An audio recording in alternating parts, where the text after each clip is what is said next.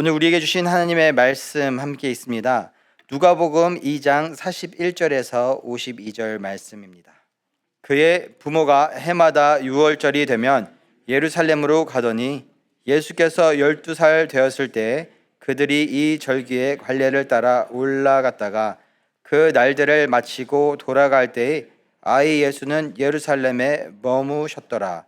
그 부모는 이를 알지 못하고 동행 중에 있는 줄로 생각하고 하룻길을 간 후 친족과 아는 자 중에서 찾되 만나지 못함에 찾으면서 예루살렘에 들어갔더니 사흘 후에 성전에서 만난즉 그가 선생들 중에 앉으사 그들에게 듣기도 하시며 묻기도 하시니 듣는 자가 다 그 지혜와 대답을 놀랍게 여기더라. 그의 부모가 보고 놀라며 그의 어머니는 이르되 아이야 어찌하여 우리에게 이렇게 하였느냐. 보라 내 아버지와 내가 근심하여 너를 찾았노라. 예수께서 이르시되 어찌하여 나를 찾으셨나이까. 내가 내 아버지 집에 있어야 될 줄을 알지 못하셨나이까 하시니 그 부모가 그가 하신 말씀을 깨닫지 못하더라. 예수께서 함께 내려가사 나사렛에 이르러 순종하여 받드시더라. 그 어머니는 이 모든 말을 마음에 두니라. 예수는 지혜와 키가 자라가며 하나님과 사람에게 더욱 사랑스러워 가시더라. 아멘, 아멘. 오늘 저희들은 함께 여러분의 가정은 안녕한가요? 여러분의 가정은 안녕한가요? 라는 제목으로 하나님의 말씀을 전하도록 하겠습니다. 5월 5일은 어떤 날인가요? 어린이날입니다. 5월 8일은 어떤 날인가요? 어버이날입니다. 그래서 저희들은 5월을 가정의 달이라고 합니다. 그래서 저는 영어권을 담당하고 있는데 5월 한 달 동안 영어권과 가정에 대한 시리즈 설교를 함께 진행하고 있었습니다. 영어권은 여기에서 초등학교 때부터 자랐던 친구들, 또는 여기서 태어난 친구들, 그래서 이제는 성인이 되고 또 가정을 꾸린 친구들인데 그들 중에는 종종 저에게 그런 안타까움을 호소할 때가 있습니다. 부모님과 단절이 느껴집니다. 언어적인 단절, 문화적인 단절, 또는 세대 간의 단절, 또는 영적인 단절을 느끼고는 합니다. 그래서 이 친구들에게 가정은 무엇인지, 성경적인 가정은 무엇인지 함께 묵상하면서 우리 한국어권 부모 세대들에게도 나눌 수 있는 기회가 있으면 좋겠다라는 생각을 하던 찰나에 이렇게 하나님께서 기회를 주셔서 가정에 대해서 함께 오늘 고찰해보는 시간을 가지려고 합니다. 가정은 참 소중합니다. 이민을 온 여러 가지 이유가 있을 것인데 그 가운데 자녀를 위해서, 가족을 위해서 꼽히는 경우가 상당히 많습니다. 자녀들이 너무 소중해서, 가족이 너무 소중해서 가족들과 함께 더욱 시간을 보내고 자녀들의 미래를 더욱 보장해 주기 위해서 이민을 왔는데 정작 이민을 오고 나면 맨 땅에 헤딩을 하느라 생존하기 위해서 너무 분주해서 정작 아이러니하게도 가족들과 시간을 잘 보내지 못할 때가 오히려 더 많습니다. 그러다 보니 그 가족 가운데 여러 가지 애로사항이 발생되기도 합니다. 한 교인분을 몇 년 전에 만났던 적이 있는데 그분이 한밤중에 흐느끼시면서 전화를 하셨습니다. 그러면서 자녀들을 위해서 이민을 오셨다고 말씀하셨습니다. 캐나다에 도착한 지 일주일도 안 돼요. 본인과 남편 두 분 다 일을 하기 시작했다고 합니다. 생존을 해야 되기 때문에.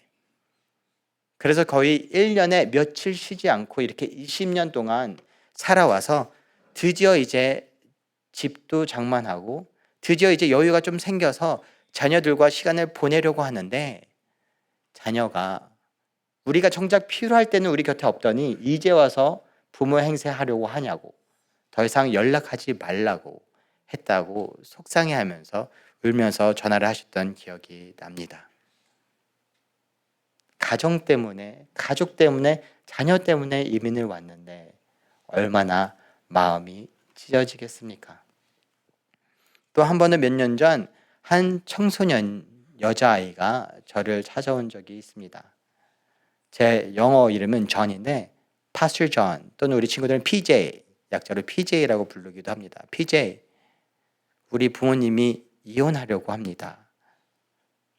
너무 힘들어 했습니다. 그러면서 저 때문에 이혼하는 것 같습니다. 라는 얘기를 하는데 제 마음조차도 찢어질 것 같았습니다. 여러분들의 가정은 안녕하십니까? 혹시 상처와 아픔으로 골마 있지는 않습니까? 또 표면적으로 겉으로는 괜찮아 보여도 혹시 그 안에는 균열이 가고 아파하고 있지는 않습니까? 외로워하고 있지는 않습니까? 이런 환경 속에서 우리는 종종 질문하게 됩니다. 하나님, 저에게 다른 배우자를 주셨다면, 저에게 다른 환경을 주셨다면, 다른 자녀들을 주셨다면, 다른 사위와 며느리를 주셨다면 조금 더 다르지 않았을까요? 근데 이러한 질문은 여러분들만의 질문이 아닙니다. 저 또한 그러한 질문을 했던 적이 너무나도 많습니다. 많은 분들이 아시겠지만 저는 1살 때부터 아프리카 카메룬의 선교사 자녀로 자랐습니다. 한 20년 동안 아프리카에 살았던 것 같습니다. 그런 이야기를 들으면 사람들이 신기합니다. 와, so cool. 너무 멋진 경험들을 많이 했겠다. 네, 분명 너무 특이한 다른 사람들은 경험할 수 없는 경험들을 하기도 했습니다. 혹시 여러분들 마당에 망고나무 있으셨던 분 계실까요? 망고나무? 그래서 밥 먹고 나서 디저트로 망고 하나 따서 디저트로 드신 분 계신가요? 네, 또는 애완동물로 원숭이 키워보신 적 있으신가요? 네, 저희 집에는 철수라는 원숭이가 있었습니다. 한 밀림 지역의 현지 사역자분께서 덫을 놓았는데 이 원숭이가 잡혀서 손가락 4개가 날려가고 한쪽 손에는 엄지만 있고 나머지 손가락에 있던 애완동물이었는데 철수, 아직도 기억이 납니다. 저희 지비자 교회인 마당에 있던 망고나무에서 저희들보다 먼저 망고가 익으면 한 입 베어 물고 던지고 또 다른 거 따서 한 입 베어 물고 던지고 했던 너무나도 이색적인 경험을 하기도 했습니다. 하지만 이와는 반면에 다른 사람들이 하지 않는 그런 불편한 경험들도 하기도 했습니다. 종종 전기와 수도가 물이 끊겼던 적이 많습니다. 한 2주에 한 번씩은 단수가 되었던 것 같습니다. 이렇게 단수가 되면 자동적으로 저희들의 삶의 패턴이 바뀝니다. 혹시 깜빡하고 습관적으로 했던 것처럼 소변을 한번 넣고 물을 내리고 나오면 바깥에서 가족들이 째려봅니다. 아니 감히 귀한 그 물을. 그래서 3번, 4번 소변을 두고 이제 한 명이 참다 못해 변을 한번 보고 나면 그때 이제 물을 내릴 수 있습니다. 그럴 때 내려야지 허용되는 분위기입니다. 그 이전에 내렸다가는 째려봅니다. 모기가 너무 많아서 항상 제 몸에는 한 10군데에서 20군데 모기 자국이 항상 있었습니다. 그래서 1년에 한 번씩은 말라리아로 고생하다가 병원에 가기도 했습니다. 그럴 때면 제 한국에 있는 사촌들을 바라보면서 저는 하나님께 질문하곤 했습니다. 하나님, 왜 이런 선교사인 부모님 밑에 저를 두셨나요? 왜 이런 환경 가운데, 왜 이런 가정 가운데 저를 두셨나요? 혹시나 우리들은 이런 비슷한 질문을 하셨던 적이 있으신가요? 하나님, 왜 이 배우자인가요? 조금 더 자상한 남편이었으면 좋았을 텐데 왜 이 아내인가요? 조금 더 나긋나긋 상냥하게 말하는 아내였으면 너무나도 좋았을 텐데 왜 이런 자녀인가요? 저 집 자녀들은 저렇게 잘 나가고 부모님도 잘 챙기는데 하나님 왜 이런 사위와 며느리나요? 똑같이 한국인 사위와 며느리를 들였으면 또 소통도 더 잘 되고 더 교류가 됐을 텐데 너무 외롭습니다. 너무 혼자 있는 것 같습니다. 가족들은 저를 이해해 주지 못하는 것 같습니다. 왜 이 가정, 이 환경인가요? 라고 하나님께 여쭈었던 적이 있지는 않습니까? 그런 우리들에게 오늘 성경은 말씀하십니다. 성경적인 가정에 대해서 오늘 성경은 우리들에게 말씀하고 있습니다. 그래서 오늘 이 시간을 통해 성경적인 가정이 어떠한 것인지, 우리는 가족을 어떻게 해야 하는지 함께 고찰해 보고자 합니다. 첫 번째, 가족은 우리들의 훈련장입니다. 가정은 나의 훈련장입니다. 우리들은 항상 그런 완벽하고 이상적인, 서로 포용하고 이해하는 그런 이상적인 행복한 가정을 꿈꾸고는 합니다. 그리고 하나님께 그런 거를 기대하고는 합니다. 근데 하나님께서 정작 그의 독생자 예수 그리스도를 이 땅에 보내셨을 때 그러한 가정 가운데 보내셨나요? 하나님께서 예수님을 이 땅 가운데 보내셨을 때 그 가정은 불완전한 가정이었습니다. 오늘 본문을 보면 예수님 12살 때 예루살렘 성전 사건이 등장하게 됩니다. 예수님과 예수님의 가족이 명절이어서 예루살렘 성전을 방문하게 되었습니다.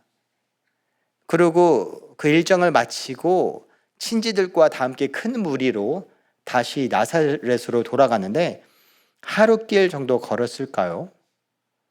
아무리 살펴봐도 예수님이 없는 것 같습니다. 그래서 걱정하기 시작합니다. 도대체 어떻게 된 것이지? 얘가 어디 있는 거지?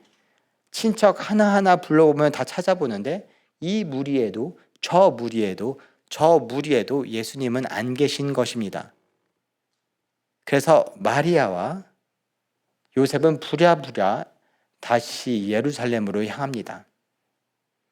예루살렘에서 여기저기 막 찾아 헤맸는데 겨우 예수님을 성전에서 랍비들과 함께 앉아 대화하고 있는 모습을 발견하게 됩니다. 그러자 그때 마리아가 예수님께 다음과 같이 말합니다. 함께 누가복음 2장 48절 말씀 함께 읽습니다. 그의 부모가 보고 놀라며 그의 어머니는 이르되 아이야 어찌하여 우리에게 이렇게 하였느냐 보라 내 아버지와 내가 근심하여 너를 찾았노라. 아멘. 마리아는 예수님께 뭐라고 합니까? 어찌하여 우리에게 이렇게 하였느냐? 아버지와 내가 근심하여 너를 찾았노라. 성경은 글로 되어 있기에 그냥 문자적으로 읽다 보면 그 느낌이 우리들에게 되게 많은 경우 크게 와닿지 않을 때가 있습니다. 하지만 이 똑같은 말을 만약에 저희의 상황이라고 생각을 하고 가정을 해본다면 저희가 저희 자녀들과 함께 여행을 갔습니다. 시애틀로. 그래서 함께 이렇게 다니다가 퍼블릭 마켓도 가고 스타벅스 본점도 갔다가 돌아오는 길에 국경쯤에 다시 PR 카드나 또는 비자를 확인하는데 네 거 좀 줘라 하고 뒤에 보는데 자녀가 없는 겁니다. 깜짝 놀랍니다. 다시 시애틀로 향합니다. 마켓에 얘를 두고 왔나? 스타벅스에 두고 왔나? 여기저기를 찾다가 드디어 찾습니다. 찾았습니다. 12살짜리 아이에게 뭐라고 말씀하실까요? 여기 써있기에는 어찌하여 우리를 이렇게 하였느냐? 아버지와 내가 근심하였다 라고 써있지만 실제 말투라면 너 미쳤냐? 너 제정신이야? 엄마 아빠가 거품 무는 줄 알았어. 정신 차려. 잘 따라다녀야지 뭐 하는 거야? 라고 했을 겁니다. 그렇다면 이 12살짜리 예수님께서 한참 사춘기 나이일 텐데 어떻게 반응했을까요? 제 딸은 첫째가 9살인데 아직 10대도 아닌데 뭐라고 조금만 얘기하면 방에 들어가서 침대에 누워서 이불을 다 덮었습니다. 단절이죠. 두 가지 반응을 아마 했을 겁니다. 첫 번째, 엄마 아빠가 뭘 알아? 하면서 막 분노를 표출하는 케이스.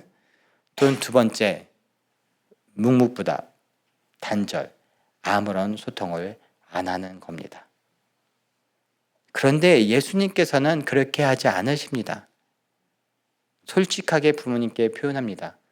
제가 제 아버지 집에 있어야 할 것을 알지 못하셨습니까?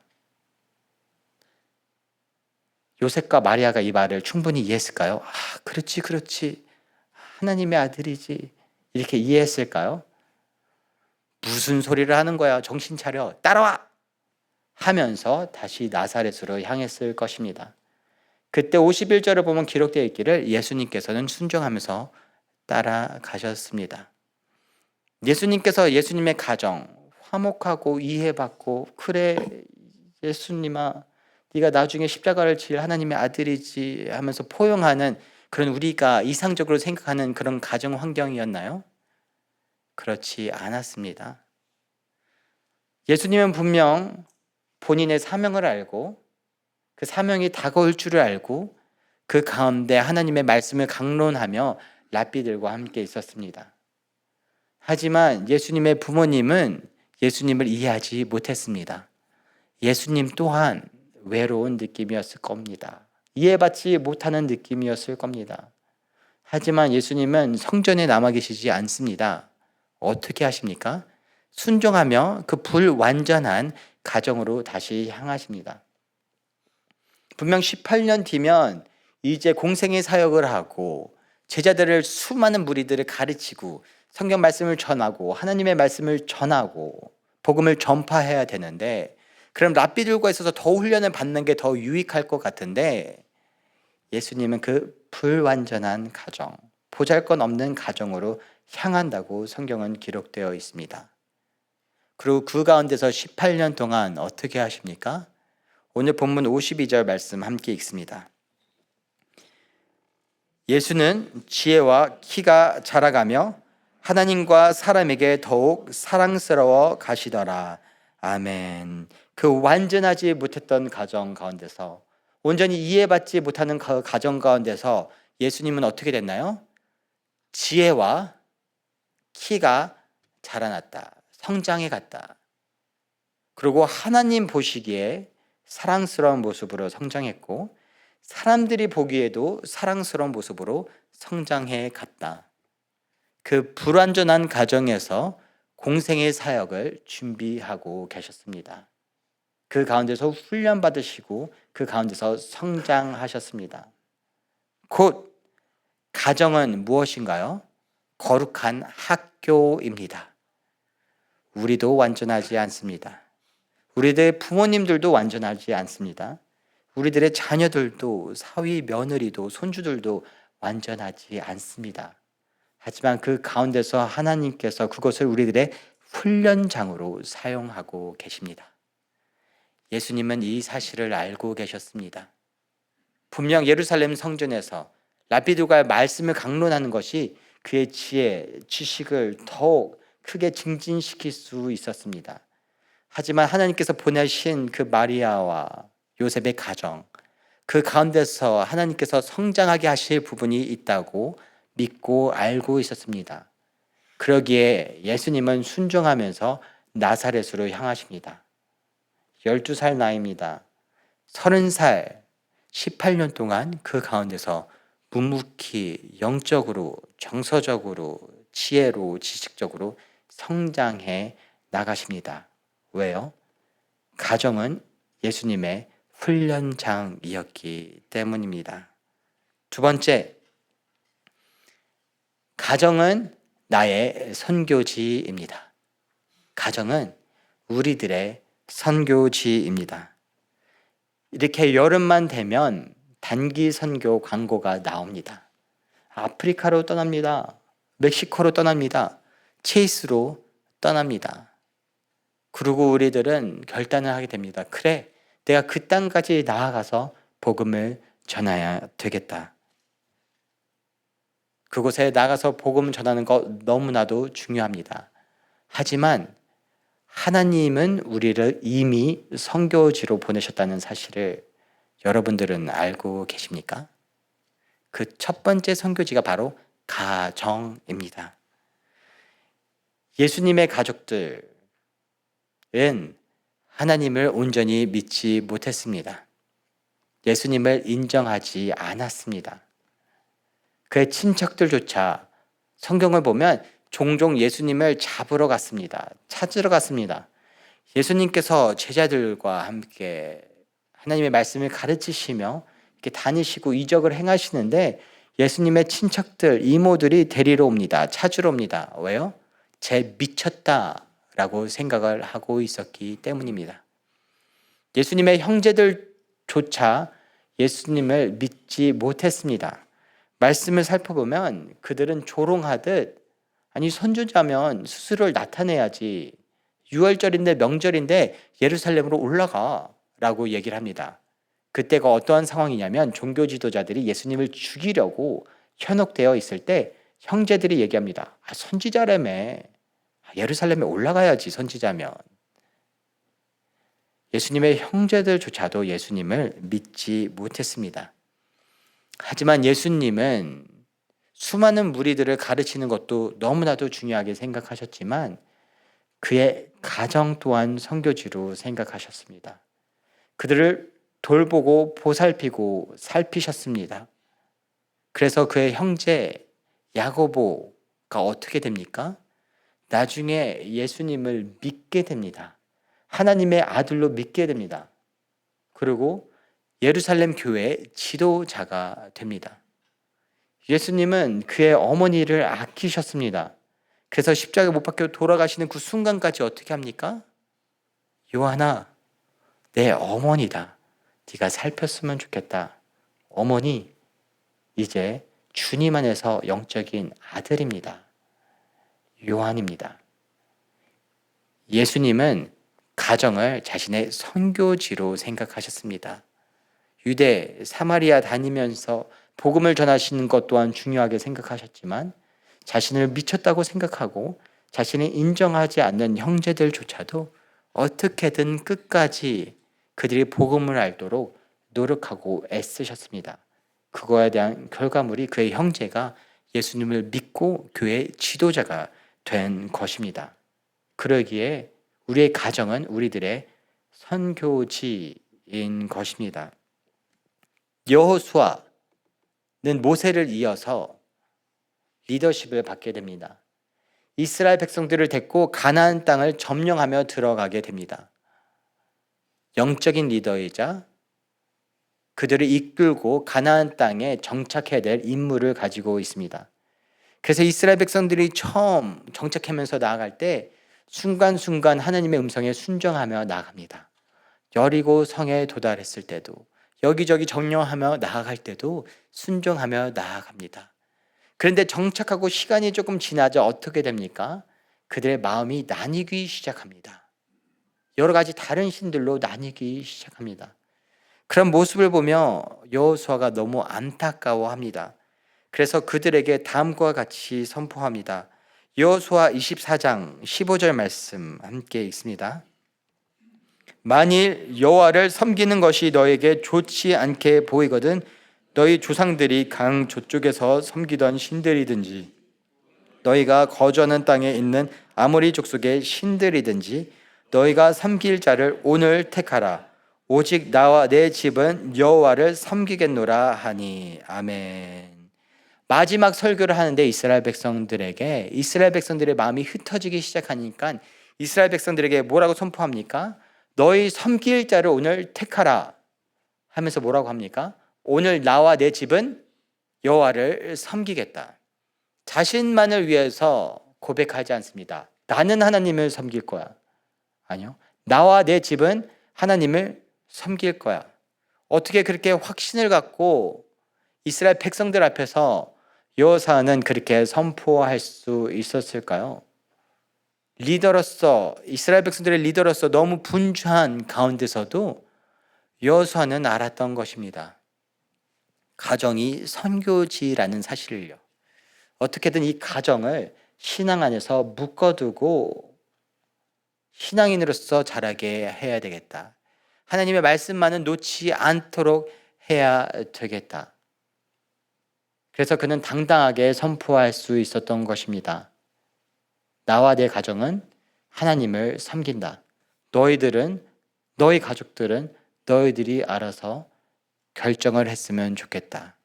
분명 리더로서 너무 분주한 가운데서도 그는 그의 가정이 선교지임을 너무나도 알고 있었던 것입니다. 그래서 그는 계속해서 이 가정을 신앙적으로 붙들고 있었던 것입니다. 모세의 마지막 설교 신명기에 등장하는데 모세의 마지막 설교도 그렇습니다. 이 말씀을 가르쳐 지키게 하라 하면서 어떻게 합니까? 집에 누웠을 때에도, 앉았을 때에도, 일어날 때에도, 길을 갈 때에도 가르쳐 지키게 하라. 어떻게 하는 겁니까? 가족을 선교지로 생각하고 계속해서 영적으로 양육하라는 것입니다. 우리들의 가정은 우리들의 선교지입니다. 말씀을 맺도록 하겠습니다. 오늘 여러분들의 가정은 안녕하신가요? 혹시나 가족 때문에 이 머나먼 타지까지 왔는데 우리들의 가족이 여기저기 골마 있지는 않은가요? 상처투성이이지는 않은가요? 표면적으로 겉으로 법적으로는 괜찮아 보이지만 안에 아픔이 있지는 않은가요? 단절이 있지는 않은가요? 언어적, 문화적, 세대적, 영적인 단절이 있지는 않은가요? 그럴 때면 우리들의 마음 가운데 하나님을 향한 원망 비슷한 질문이 터져 나오곤 합니다. 하나님, 왜요? 왜 이런 배우자입니까? 왜 이런 가정입니까? 왜 이런 환경입니까? 왜 이런 자녀, 사위, 며느리입니까? 그런데 성경은 말씀하고 있습니다. 우리의 가정은 우리의 거룩한 학교, 훈련장입니다. 하나님의 뜻을 받들어 사역을 하실 예수 그리스도도 그 가정에서 훈련 받으셨습니다. 가족은 우리들의 선교지입니다. 우리가 성장하고 나서 우리들이 품어야 될 복음을 흘려내야 할 우리들의 선교지입니다. 이 인식이 우리들의 머리에 박히고 나면 우리들은 왜 이 배우자인가요? 왜 이 가정인가요? 왜 이 환경인가요? 라는 질문에서 우리들의 질문이 바뀌게 됩니다. 하나님, 이 가정이 나의 훈련장인데 제가 어떻게 더 성장해야 할까요? 저에게 저렇게 챌린징하는 배우자를 주셨는데 저를 어떻게 더 성장시키기를 원하시나요? 하나님, 이 가정이 선교지인데 제가 어떻게 복음을 흘려내면 될까요? 제가 하나님의 복음을 어떻게 이 가정 가운데 흘려내면 되겠습니까? 라고 우리들의 질문이 바뀌어야 합니다. 우리는 되게 많은 경우 우리들의 이상을 가지고 하나님께 질문합니다. 하나님, 이 이상적인 가정을 저에게 만들어 주세요. 근데 반대로 하나님은 우리들에게 질문을 하고 계십니다. 내가 이 이상을 갖고 있는데 나 이 이상을 위해 너와 너의 가족이 성장해 나갈 수 있겠니? 내가 꿈꾸고 있는 이 하나님의 나라, 네가 네 가정 가운데 성장해서 그 하나님의 나라의 시발점의 복음의 씨앗을 네가 심겨줄 수 있겠니? 하나님의 나라가 하늘 위에 이루어진 것 같이 이 땅 위에서도 우리들의 가정 가운데서도 임하기를 소원합니다 라는 고백이 우리들 심령 가운데서 주님 앞에 고백되는 고백이 되기를 소원합니다. 아멘. 여러분들의 가정은 안녕한가요? 겉으로 괜찮아 보이는데 안으로 단절되어 있고 상처투성이고 굶고 있지는 않습니까? 그럴 때면 우리들의 마음 가운데 하나님을 향한 원망이 터져 나옵니다. 왜요? 왜 하나님? 왜 이런 가정입니까? 왜 이런 환경입니까? 달랐으면 좋았을 것을. 하지만 그런 우리들에게 하나님께서 말씀하십니다. 내가 허락한 그 가정은 거룩한 학교이다. 또한 선교지이다. 그러기에 너희들의 이상을 갖고 네 가정을 바라보는 것이 아닌 나의 이상을 갖고 너와 너의 가정을 바라보았으면 좋겠다. 이 시간 함께 기도했으면 좋겠습니다. 하나님, 이 가정 가운데서 제가 어떻게 성장해 나가기를 원하십니까? 하나님 아버지, 이 가정 가운데 제가 어떻게 복음을 흘려내기를 원하십니까? 아버지의 이상을 이 가정 가운데 이루도록 애쓰겠습니다. 주님, 저희를 통로로 사용하여 주시옵소서라고 이 시간 주여 함께 외치고 합심하여 기도하도록 하겠습니다. 기도하십니다. 주여